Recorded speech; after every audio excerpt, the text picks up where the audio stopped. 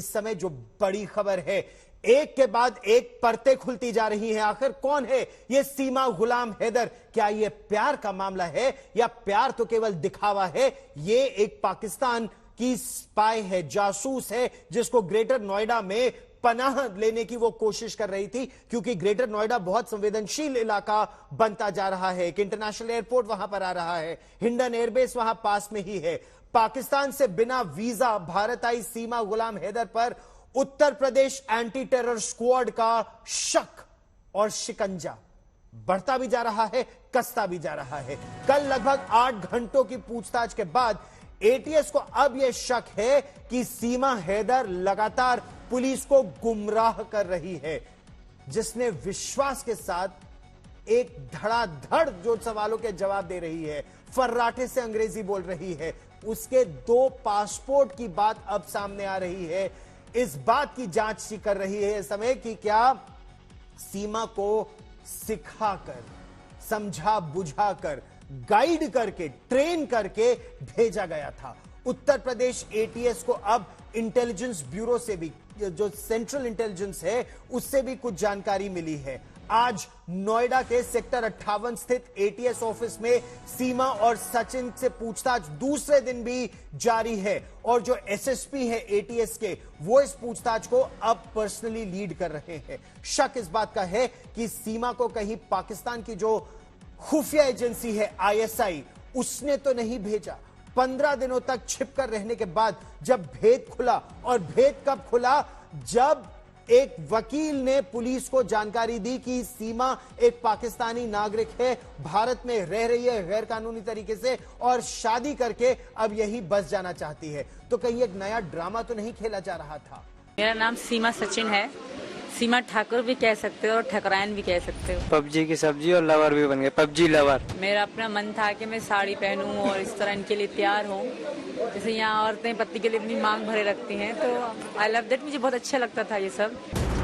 ये डायलॉग पाकिस्तान की खुफिया एजेंसी आईएसआई की स्क्रिप्ट का हिस्सा तो नहीं है। वो स्क्रिप्ट जिसका भेद अचानक उस दिन खुल गया जिस दिन ग्रेटर नोएडा का सचिन और पाकिस्तान की सीमा हैदर ने शादी के लिए एक वकील से मुलाकात की। उस वकील ने न केवल पाकिस्तानी सीमा से सचिन की शादी को कानूनी तौर पर असंभव बता दिया, बल्कि नेपाल से भारत में गुपचुप तरीके से घुसी सीमा हैदर और उसके 4 बच्चों का भेद भी पुलिस के सामने खोल दिया। कहते हैं अब तक आईएसआई की स्क्रिप्ट एकदम सही जा रही थी। पूरे 15 दिनों तक सीमा हैदर पाकिस्तान से आकर भारत के ग्रेटर नोएडा में भारतीय एजेंसियों से छिपकर रह रही थी, लेकिन जैसे ही ये भेद खुला, अचानक ही पाकिस्तान से लेकर भारत तक कुछ समूह सक्रिय हो गए। पाकिस्तानी यूट्यूबर्स, भारत में सीमा को भारत की बहू बताने वाले, वीर ज़ारा की कहानी से तुलना करने वाले, यहाँ तक कि पाकिस्तान की जिहादी भी इस तरह एक्टिव हो गए मानो सब मिलकर आईएसआई की बेनकाब हुई साजिश पर पर्दा डालने में जुट गए।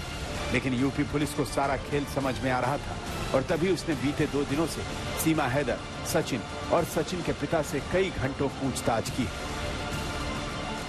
आज फिर इसी एटीएस के दफ्तर में, जहां पर तमाम एटीएस के अधिकारी हैं, एसएसपी एटीएस हैं, वो सीमा और सचिन से पूछताछ कर रहे हैं। सुबह तकरीबन 9 बजे से ये पूछताछ शुरू हुई। जानने की कोशिश की जा रही है कि क्या सीमा पाकिस्तानी खुफिया एजेंसी आईएसआई की जासूस है, या फिर वाकई ये एक मोहब्बत से जुड़ा मामला है, और इश्क के चक्कर में सीमा गुलाम हैदर पहले दुबई जाती है, फिर नेपाल के रास्ते अपने बच्चों के साथ नोएडा आती है। शक सीमा हैदर के पाकिस्तानी जासूस होने का है, भले ही खुद को वो बेकसूर बता रही और असल मुद्दे से भटका रही। बस हुकूमत के फैसले का इंतजार है, और जब बिल्कुल जो चल रही मेरी जासूस मतलब चल रही वो क्लियर हो जाए, फिर जो फैसला होगा सर मैं मंजूर करूंगी। पर मुझे यकीन है कि मेरे हक में होगा, मुझे वापस नहीं भेजा जाएगा। यूपी एटीएस की टीम को सीमा पर शक क्यों है? इसकी वजह एक नहीं कई है। 4 बच्चों की मां खुद को पाकिस्तान के छोटे से शहर का बताती है, लेकिन पबजी खेलती है। छोटे से शहर की है, लेकिन एक नहीं 2-2 पासपोर्ट रखती है।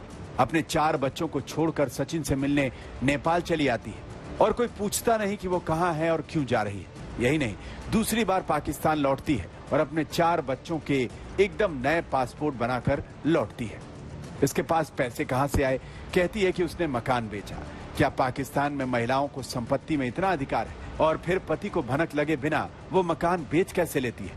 यही नहीं, वो दुबई जाती है और पाकिस्तानी रुपयों को दिरहम में बदलवा लेती है। दुबई में होटल और कैब का इंतजाम करती है।